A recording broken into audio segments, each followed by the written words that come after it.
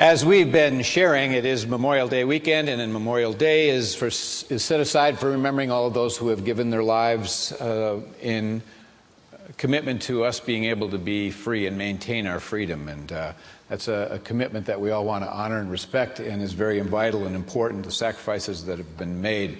And it's good to reflect on anything that's of positive that we're able to carry forward that blesses all of us. The word memorial actually means something that keeps remembrance alive. Something that keeps remembrance alive. And there are always those things that would be appropriate in all of our lives to remember and to keep alive in our memory in a healthy way, or healthy memories, vital memories that can we can fall back on and recall that somehow feed us and remind us perhaps of who we are, remind us of certain truths and ideas that link us to the divine, open us up more consistently, things like that. You know, in biblical times, they had various things that they did to be able to remind themselves of something that happened, and they would mark the place or mark the event in some particular time so that it stayed with them. And one of the ways that they did that was actually to convey and continue to share the story with their children and their youth and friends and what have you. And not only share the story, but they would often tend to amplify the story. And, you know, some of us are really good at that. And but it was actually even called by some scholars Eastern amplification. You can even see in some of the writings, and I don't know if that's in the culture today, but it was certainly in biblical times, where when they would pass along the story, they would basically broaden it a bit. And there's some writings like in the Bible that you can find, there was as many men or people there as there are sands in all the seas, and just kind of like flowery kind of statements like that. We have our fish stories. You know, we may have caught something like this, we threw it back in, but it was really when we got home it was like that. Or, you know, our golf stories. I have some golf buddies, and sometimes they like to share, yeah, it was a 400-yard drive. It was on the 23rd hole. Of course, there is no 23rd hole. It was only 18 on the course. So you just know right away there's something there that's being stated to carry the memory forward. I don't know. But anyway, other ways in which they did biblically, you know, because they would connect with the divine. And when they would connect with the divine and have a holy and a sacred experience, they wanted to mark the place. It touched them in a particular way. And so there would be other things that they would do, which would be like they might build an altar there at the space where this happened. It might be they would sacrifice an animal, or they might rename the place itself, or they might have even a name change themselves, that God may inspire them or have told them to change their name.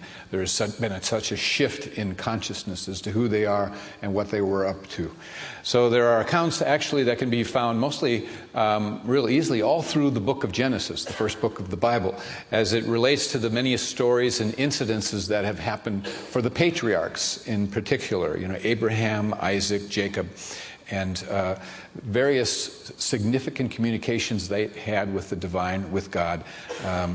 And, you know, one of the things for Jacob was that he set up a pillar of stone in a place where God had spoken to him, and had spoken to him through a powerful dream. And as a result of what happened, he chose to change the name of the place where this happened. And so it had been referred to in Hebrew as Luz, which means in Hebrew turning away or separation. And so he felt his oneness with God there, so he called the place Bethel, and which means house of God. And you're familiar with the story, perhaps. It was in this dream that he had a vision of a ladder that was set up on the earth, and it extended from the earth on up to heaven, and that there were angels that were ascending and descending on it, which basically symbolizes that there are messages and insights and realizations that are occurring for an individual, angels being the ones delivering them to you, that there's a communication from the highest of the highest and to wherever we may be. And so God stood at the top of this ladder in this dream that he had and spoke to Jacob. And among the things that were said to him were, "Behold, I am with you and will keep you wherever you go. I am with you and will keep you wherever you go. That's a powerful statement. If you just meditated on that, if you had a dream and you had a sense that there was a voice that was represented as the divine that spoke that message to you, would you not want to mark that spot in your life and carry it with you always? Like God somehow conveyed that message to you so that you might know it. I remember when I went through catechism, I grew up in the Lutheran Church, and we all were given a scripture that we were to take with us our entire life. And I felt like that was really God speaking to me, whatever the scripture that came to me. And the scripture that came to me that has been close to me all my life as a result was seek and you shall find, ask and it shall be given unto you, knock and the door shall be opened unto you. So that was like something I wanted to build an altar within my own soul to as a memory that would go with me. And so anyway, Jacob had those words come from as if from God. I am with you and will keep you wherever you go. And the passage states that Jacob woke up from his sleep and he said, his words were, surely the Lord is in this place, and I did not know it. Again, a great teaching in the sense that a lot of times we find ourselves in situations, circumstances, difficulties, whatever, and we finally wake up and realize that, God is with us. God is in this place, wherever we may be, whatever state of mind, whatever condition, that God is still here with us. And it's a great thing to wake up to, not just from a sleep, but wake up from our own lack of conscious awareness of the divine and what is the truth in every moment in time. And so there's a lot of symbology built into this. But Jacob then says, how awesome is this place? This is none other than the house of God. And so he went on then to change the name of it from Luz to Bethel, the house of God. And Jacob then went on from there and he made a vow. And the vow that he made, and it's all there in that passage, in that story, he said, if God will be with me and keep me in this way that I am going, and give me bread to eat and clothing to put on, I will place this stone as a pillar or a marker, and all that you give me I will surely give a tenth to you. And so it was like a pact, a partnership that he was making, that God will do this in my life, and as a result I will enter into partnership and be sharing all that good, that a portion of all that good that comes into my life. And certainly that's one passage that is used oftentimes to teach the idea of tithing, a tenth. But it's the idea that, I've really met people who have referred to a time in their life where they were really facing hard times, a difficulty of some sort, and that they actually went into a deep prayer and had a conversation with God, and it was kind of like cutting a deal, in which they said, God, if you get me through this, if you bring this healing, if you move me through this situation and I get to the other side, I promise, and da-da-da-da-da. And whatever it was, the promise, in their story, they would say to me, and it worked out, and God got me through it, and I have never forgotten that, and I have followed through and done da-da-da-da-da, whatever it might be. Might not be tithing 10%, but something that they promised inside of them that they would always follow through on. And so it happens to us even today and in people's lives. And so this was a big spiritual happening that had happened for Jacob, and he wanted to remember it, not to ever forget it. And metaphysically, the ladder, really represents that there is a step-by-step realization of spiritual truth that takes place for all of us. It's step by step that we begin to evolve into higher truths or deeper awakenings to the truth, a deeper connection to the divine. We move from thinking of God as an anthropomorphic being off in the sky somewhere, separate and apart, to then remembering that we were told that God is spirit, and they that worship him must worship him in spirit and in truth. That we remember that Paul talked about us as having a spiritual body as well as a physical body, and the spiritual body is the unseen that is immortal.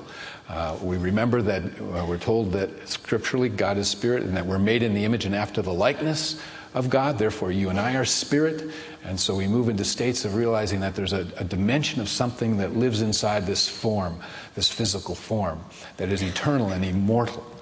And when we reach those moments and when we've been introduced to them, sometimes we mark that spot in our life as if we want to call that into remembrance. We want to not forget that. We want to memorialize that as a truth that brings power to our lives. And this is essentially what they were doing in the Old Testament in various ways as well. Abram, as we know, developed the new name Abraham. And Jacob, he had his name also directed to be changed. He would be called Israel. And this was after he had wrestled with a man all night in a dream and succeeded in obtaining a blessing from this man in this dream. And Israel in Hebrew means contending for God, striving for God, dominion with God. And so it carried the idea of prevailing over anything that you may be confronted with, that ultimately you prevail by being with God. And that's the way you win moving forward in your life. And so, these events which precipitated the name changes served as memorials, all these other things as well, and certainly they reflected a deep transformation, an inner change in the individual. And I would guess that all of us could relate to, things that have happened in our lives as well, that have had a significant life-altering kind of experience that we've had somewhere along the line. And it's altered our course as a person, who we became, how we began to show up in life, something that we learned about ourselves. It shifted our energies and molded and shaped us in a whole new way in terms of even our spiritual path and our unfoldment. And I've heard people speak of things like this where they refer to it as a monumental shift that they had as a result of blank, whatever it might have been, a turning point, a benchmark in their life. And so I share this from the standpoint, it's really good to remember that. Those are healthy memories that we want to take with us. Yeah, there are things that have happened to us that we really want to take what is the lesson and move on, not keep rehashing by any means. So we're talking about really a healthy kind of memory, a healthy kind of remembering, a healthy kind of memorializing, something that feeds you as opposed to depletes you as a person. And so, there is the word remember or remembrance actually that exists in many passages scripturally that you can come across as well. One is, remember the Sabbath day to keep it holy. So that's a remember. And another one is found in Acts, where Paul says, remember the words of your Lord Jesus. Remember his words, remember his teachings. And then another is in Psalms, where it says, the righteous shall be in everlasting remembrance. In other words, those who are getting it right, the righteous, as they're often referred to, are the ones who will be in everlasting remembrance of what is really truth, what it is that sets you free, what it is that are the teachings of the divine, that are seeking to find life in you, to become integrated in you, to be lived through you. At the Last Supper, which was the celebration of the feast of the Passover, Jesus, as you recall, he took bread and he gave thanks and he broke it and he gave it to them, saying, this is my body which is given for you. Do this in remembrance of me. Do this in remembrance of me. And so we don't know for certain if he said to do this down through all time, but we have. And that's fine and good, because its intention is, again, to be like an altar, a process that allows us to, again, call to mind something to remember that is meaningful and helpful.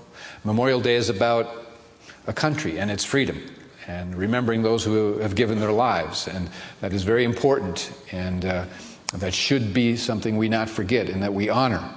But at the same time, I'm offering to you, in addition to that, or beyond that as well, is that we consider memories that we have that are important, that we want to memorialize, that are healthy memories, and memories that we want to also, as we go forward, create as a soul.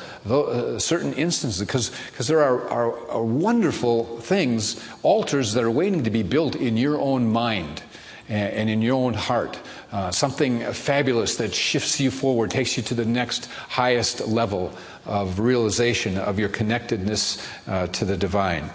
And, we have personal memorials that remind us of deep experiences of love, or joy, or peace, or happiness, or overcoming that you could remember even now in your life.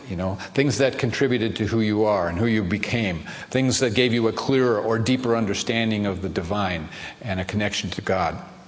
We all have an aspect of our mind that is the seat of memory. It's the subjective part of the mind. It's the subconscious mind, and it contains a remembrance of everything that has ever happened to you as a person. And so it retains all that the eye has ever seen, all that the ear has ever heard, all that the mental aspect of you, the images that you've created and conceived, it's all there.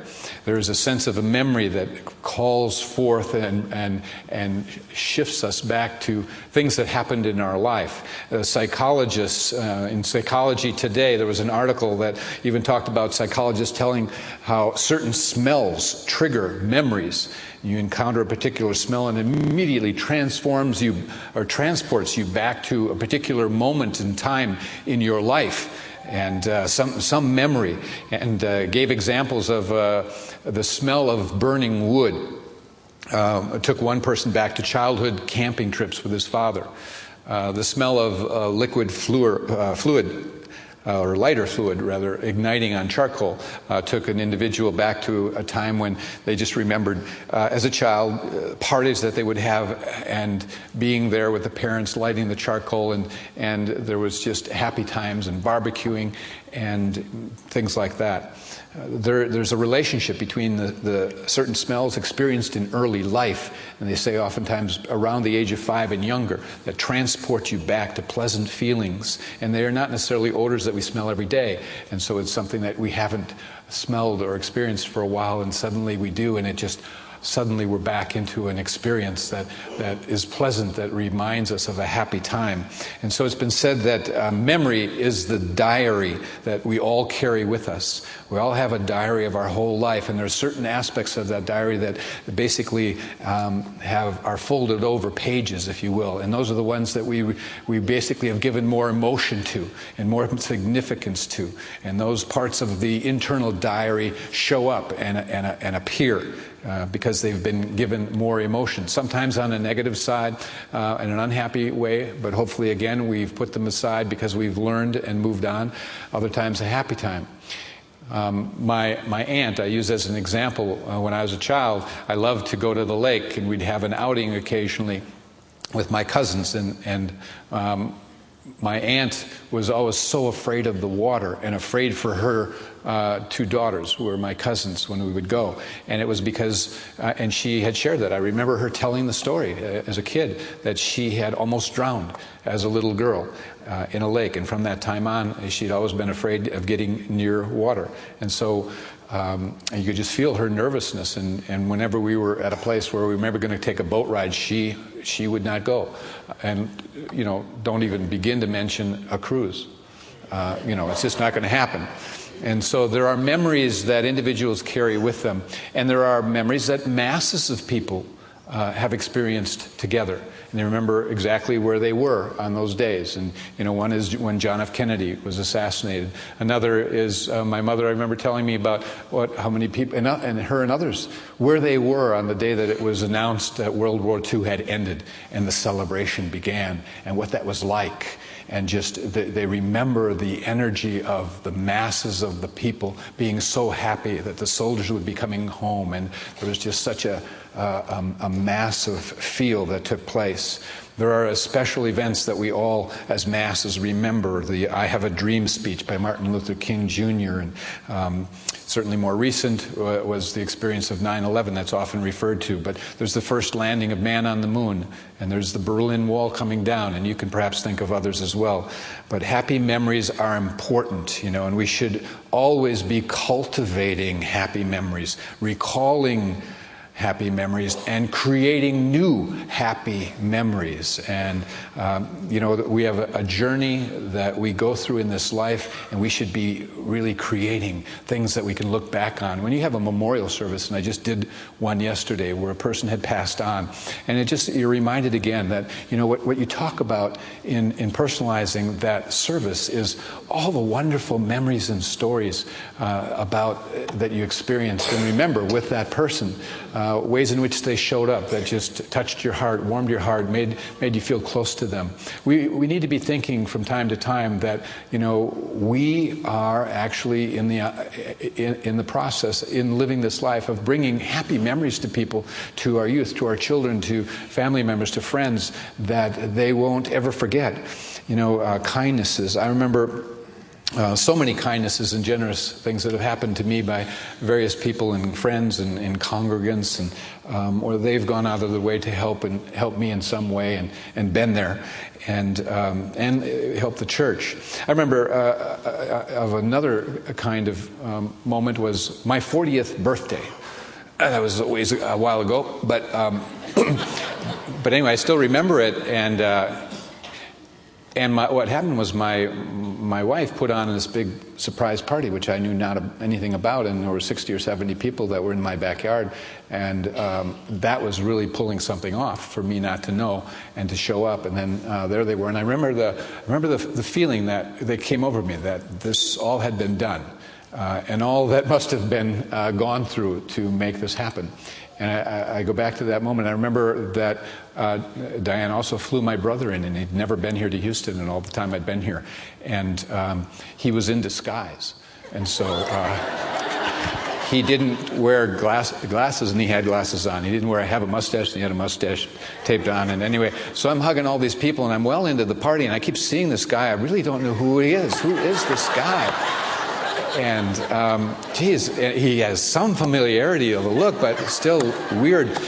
And all of a sudden, at one point, a ways into the party, I saw behind the disguise that was my brother. And I lit up, and he realized, and it was a sacred moment because everyone applauded. I feel emotional now.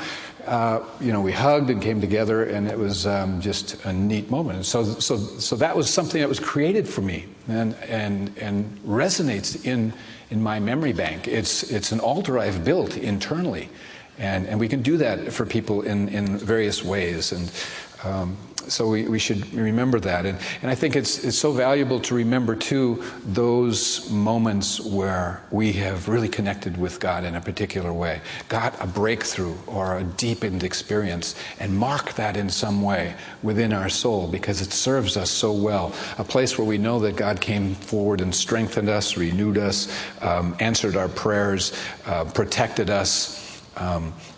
We were taken out of harm's way. Somehow God intervened in some way that we knew it was God. There's a story that was shared by Stuart Belcom in a book called Soul Moments. And Stuart was 6 years old when this story when this happened to him and his cousin Teresa. And he said they were on a farm, and there was this tall grass. I think it was called Johnson grass, and it was taller than they were as kids at the age of 5 or 6 years old. And so they decided to play a game of hide and seek, and they went out into this field, and then they heard their father's tractor circling around, and so they went and dug down and burrowed down and laid down in the grass. So it was hard to see them if they were even standing up, but here they were down, and they didn't know the danger they were in because mounted on the front of the tractor was an 8-foot row of steel cutting blades, and he was cutting the field, and he was going around and around, and then the tractor was getting louder and louder as he was coming to, and somehow the kids had managed to be in the center of the field, and he was about to go cut the final remaining strip of grass, tall grass, and something caused him to stop the tractor.